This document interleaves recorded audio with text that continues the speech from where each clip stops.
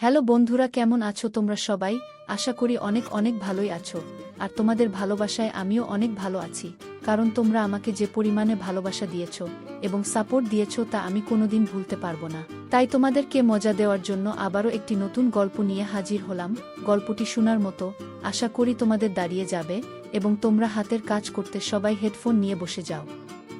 আমি কবিত, একজন তরুণ ব্যক্তি। আমি আমার মামার বাড়িতে কাজ করতাম। আমার মামা তার স্ত্রীকে খুশি করতে পারতেন না, ফলে আমার মাম আমাকে তার ঘরে ডাকতেন। মাম আমার পাশে এসে শুয়ে থাকতেন লুকিয়ে, আমি জানতাম না, আর আমি তাকে আমার স্ত্রী মনে করে সারারাত। মাম দেখতে অনেক সুন্দরী, যে কেউ তাকে দেখলে তার প্রেমে পড়তে চাইবে। আমার মাম আমার থেকে বয়সে বড় ছিলেন এবং আমাদের মধ্যে বেশি কথা হতো না। তিনি তার কাজে ব্যস্ত থাকতেন এবং মামার সাথেও কম কথা বলতেন। এক রাতে মাম আমাকে তার রুমে ডাকলেন, বললেন, কবিত, আজ আমার শরীর ভালো লাগছে না, তুমি আমার পাশে শুয়ে থাকো। আমি তার রুমে শুয়ে পড়লাম। মাম লাইট বন্ধ করে দিলেন। এরপর আমি তাকে আমার মতো করে পেয়েছিলাম। কখনো ভাবিনি আমি তাকে এত কাছে পাবো। আমার গল্পগুলো তোমরা শুনো, কিন্তু সাবস্ক্রাইব করো না দয়া করে। গল্পগুলো ভালো লাগলে ভিডিওটি লাইক, শেয়ার এবং চ্যানেলটি সাবস্ক্রাইব করো প্লিজ। তখন আমি চাকরি খুঁজেছিলাম, কিন্তু কোথাও কাজ পাচ্ছিলাম না। একদিন আমার বন্ধু সুরেশ বলল, আমার মামা শহরে থাকেন এবং আমি তোমাকে সেখানে চাকরি দিতে পারবো।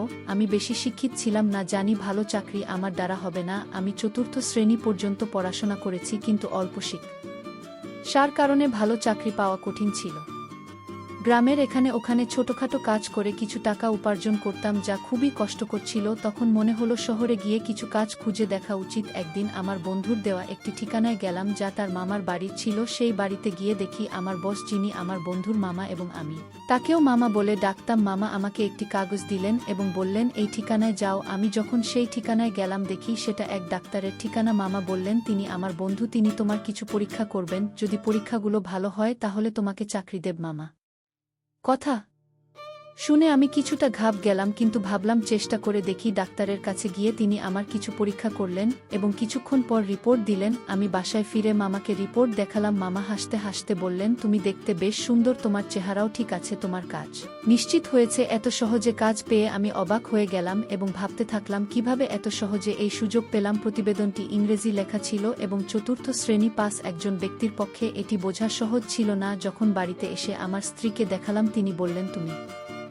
অয়থা চিন্তা করছো? এই ধনী লোকেরা আমাদের মতো গরিবদের পরীক্ষা করিয়ে নিশ্চিত হতে চায় যে আমরা কোনো বড় রোগে আক্রান্ত আছি কিনা। তারা মনে করে চাকরদের মাধ্যমে রোগ ছড়াতে পারে। তার কথা শুনে আমার মন অনেকটা হালকা হলো। আমি যে চাকরিটা চেয়েছিলাম সেটা পেয়ে গেছি। সকালে কাজে যাওয়া শুরু করলাম, কিন্তু আমার চোখ প্রায়ই মামার দিকে আটকে যেত। তিনি ছিলেন অত্যন্ত সুন্দরী এবং মার্জিত মহিলা। তাকে প্রথম দেখার পর থেকেই আমি ভাবতাম, আমার স্ত্রী যদি এত সুন্দর হতো। আমি আমার মামির একজন সাধারণ চাকর ছিলাম, তার অর্থের কোনো অভাব ছিল না। তিনি আমাকে প্রতিদিন বাজারে নিয়ে যেতেন, কারণ তার কোনো সন্তান ছিল না। আমার মামা ও মামার মধ্যে কোনো ঝগড়া ছিল না, তারা খুব ভালোবাসায় দিন কাটাতেন। আমি মামিকে মনে মনে ভালোবাসতে শুরু করি। তাকে নিয়ে ভাবতে লাগলাম। একদিন বাড়ির পুরনো চাকর এলো। সে আমাকে অভিনন্দন জানিয়ে বলল, তুমি পরীক্ষায় উত্তীর্ণ হয়েছ, কিন্তু মনে রেখো, এই বস যাকে তুমি মামা বলে ডাকো খুবই কঠোর। এই কথা শুনে আমি ঘাবড়ে গেলাম এবং ভাবতে লাগলাম, যদি আমাকে চাকরি থেকে বের করে দেয় তাহলে আমার কি হবে। সে চলে যাওয়ার পর আমি মামাকে খুশি রাখার জন্য আরও মনোযোগী হলাম, কারণ এখন আমার চাকরিটা চলে গেলে এখন আর কোনোভাবেই চাকরি পাবো না। তাই আমি এই চাকরি মন থেকে করতে লাগলাম। মামা বেশিরভাগ সময় বাড়ির বাইরে থাকত।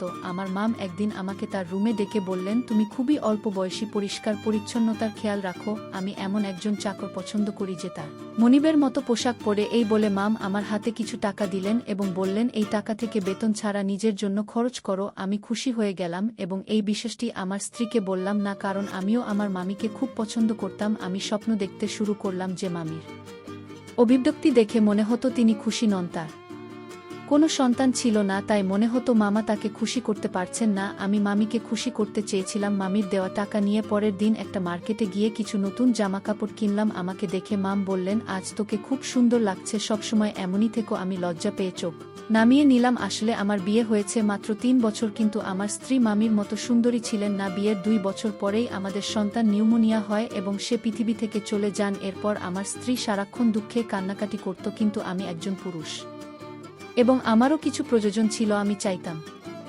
আমাদের আরেকটা সন্তান হোক, কিন্তু আমার স্ত্রী সন্তানের নাম শুনলেই বিরক্ত হয়ে যেতেন। তিনি সবসময় আমার থেকে দূরে থাকতেন। আমার মামিকে দেখে আমার মনোভাব বদলাতে শুরু করেছিল। মামা বিয়ে হয়েছে 1 বছর হয়ে গেছে, কিন্তু তাদের কোনো সন্তান নেই। মামা সবসময় তার ব্যবসায় ব্যস্ত থাকতেন আর মাম ফ্যাশন ও পার্টিতে মগ্ন থাকতেন। আমার মামিকে দেখে মনে হতো তিনি আমাকে পছন্দ করতে শুরু করেছেন। আমি প্রায় সিনেমা এবং নাটকে প্রেমের কাহিনী দেখতাম এবং কল্পনা করতাম মাম আমার কাছে এসে বলবেন, আমি তোমার প্রেমে পড়েছি। এক রাতে যখন আমি ঘুমাচ্ছিলাম, মনে হলো আমার পাশে কেউ আছে। মামি ছিলেন খুবই সুন্দরী এবং তার দেহ আকর্ষণীয় ছিল। আমার স্ত্রী আমাদের সন্তান হারানোর দুঃখে নিজের শরীরকে অবহেলা করেছিলেন, কোনো যত্ন নিত না, তাই সে শুকিয়ে কাঠ হয়ে গেছে। আমার মতো একজন গরিব মানুষ যখন ভাবতাম আমি কি করে চাকরের মতো জীবন কাটাবো, তখন মামিকে আমার স্ত্রী ভেবে সারারাত উপভোগ করতাম। মামি আমার দিকে তাকিয়ে মৃদু হাসতেন। আমি আমার মামির সান্নিধ্য উপভোগ করতে শুরু করলাম। কাজ করার সময় মাম আমাকে ডেকেই যে কোনো কাজ দিতেন আর আমি তা সঠিকভাবে করে দিতাম, যেন কোনো অভিযোগের সুযোগ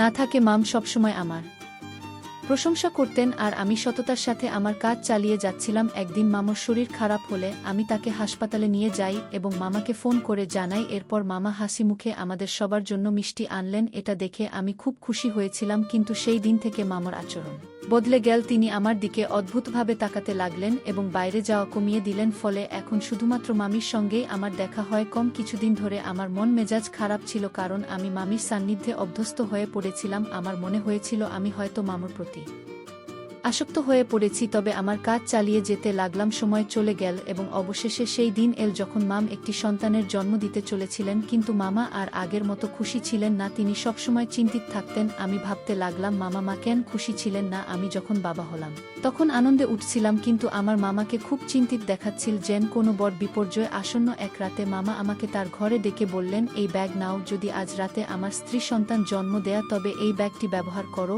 এবং শিশুটিকে গোপনে সরিয়ে ফেলো। আমি কখনো মামার কোনো নির্দেশ নিয়ে প্রশ্ন করিনি, তাই সেদিনও কিছু বললাম না, কিন্তু আমার মন খুব অস্থির ছিল। বারবার ভাবছে কেন মামা তার সন্তানের জীবন নিতে চাইছেন। রাত গভীর হলে মাম ঘুমিয়ে পড়লেন, তাই আমি গোপনে তার রুমে গেলাম। মাম তখন চোখ বন্ধ করেছিলেন। আমি মনোযোগ দিয়ে তার দিকে তাকালাম।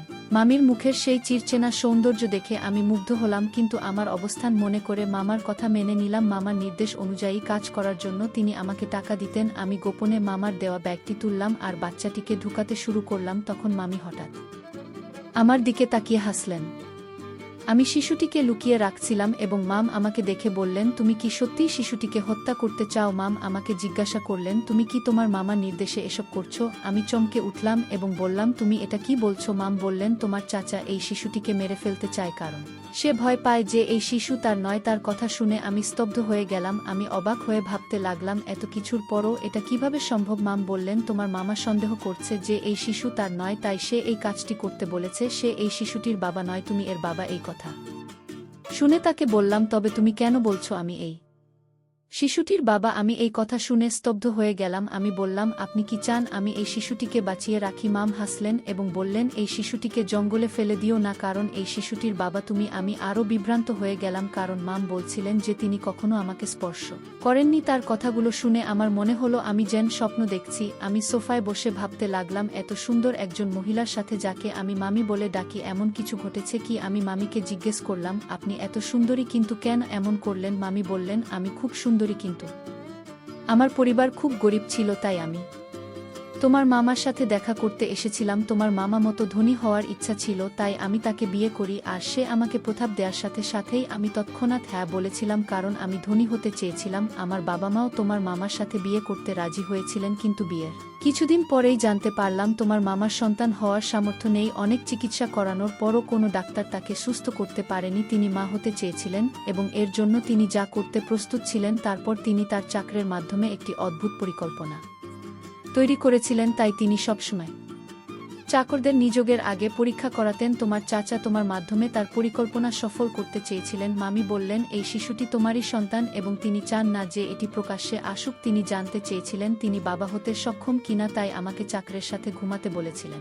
মামির এই কথা শুনে আমি আরও হতবাক হয়ে গেলাম এবং কিছু বলতে পারলাম না। তিনি বলতে লাগলেন, তোমার মামা আমার জন্য অনেক চাকর নিযোগ করেছিলেন, কিন্তু আমি যাকে ভালোবাসার যোগ্য মনে করতাম তাকেই গ্রহণ করতাম। আমরা অনেক চাকর বদল করেছি, কিন্তু তোমাকেই প্রথম উপযুক্ত মনে হয়েছিল। প্রথম দেখাতেই তোমার প্রতি আমার আকর্ষণ জন্মায়। আমি অবাক হয়ে বললাম, তুমি কখন আমার কাছে এসেছিলে? মামি হাসলেন এবং বললেন, তোমার মামা এমন পরিকল্পনা করেছেন যে তুমি বুঝতেও পারোনি। তুমি মনে করতে তুমি তোমার স্ত্রীর সাথে আছো, কিন্তু আসলে আমি ছিলাম। তোমার মামা রাতের আধারে আমাকে তোমার রুমে পাঠাতেন এবং তোমার স্ত্রীকে অন্য ঘরে অজ্ঞান করে রেখে দিতেন। তিনি নিজেই পাহারা দিতেন যাতে কেউ সন্দেহ না করে। মাম বললেন, আমি প্রথমে বাধ্য হয়ে এসেছিলাম, কিন্তু পরে তোমার প্রতি আকৃষ্ট হতে শুরু করলাম। তোমার কাছ থেকে যে সুখ পাচ্ছিলাম তা তোমার মামা কখনোই দিতে পারতেন না। সেই কারণেই আমি নিজেও তোমার প্রতি দুর্বল হয়ে পড়েছিলাম। তোমার মামা যখন এই পরিকল্পনা চালিয়ে যেতে লাগলেন, আমি নিজে উপভোগ করতে শুরু করলাম। তিনি আমাকে তোমার কাছে বারবার পাঠাতে থাকলেন। তিনি আরও বললেন, আমি গর্ভবতী হলাম এবং তোমার মামা আমাকে ভোরের অন্ধকারে ঘরে ফিরিয়ে আনতেন যাতে কেউ কিছু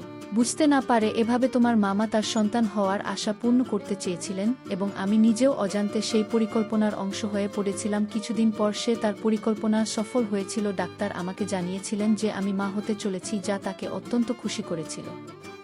আমি বিস্মিত হলাম যখন শুনলাম সে ডাক্তারের কাছে মিথ্যা বলেছে। কেউ কিভাবে তার বুকে এমনভাবে ব্যবহার করতে পারে? তারা দুজনেই আমাকে টাকা দিয়ে তাদের খেলনা বানিয়ে ফেলেছিল, যা আমার মোটেই ভালো লাগেনি। তখন আমার মাম তার কথাবার্তায় ব্যস্ত ছিলেন। আমি তখন বুঝতে পারিনি যে আমি কি ভাবছিলাম। তবে মাম আমাকে বলেছিলেন, তোমার মামার পরিকল্পনা ব্যর্থ হয়েছে। যখন তার একটি ছেলে হয়েছিল, কিন্তু তিনি একজন উত্তরাধিকারী চেয়েছিলেন, সে তার বন্ধুকে নিয়ে অন্য দেশে পালিয়ে যায় আর আমাকে বলে, এখন আমার কোনো সম্পত্তি নেই, আমার সব ব্যবসা শেষ। সেই শিশুটিকে আর সে চায় না।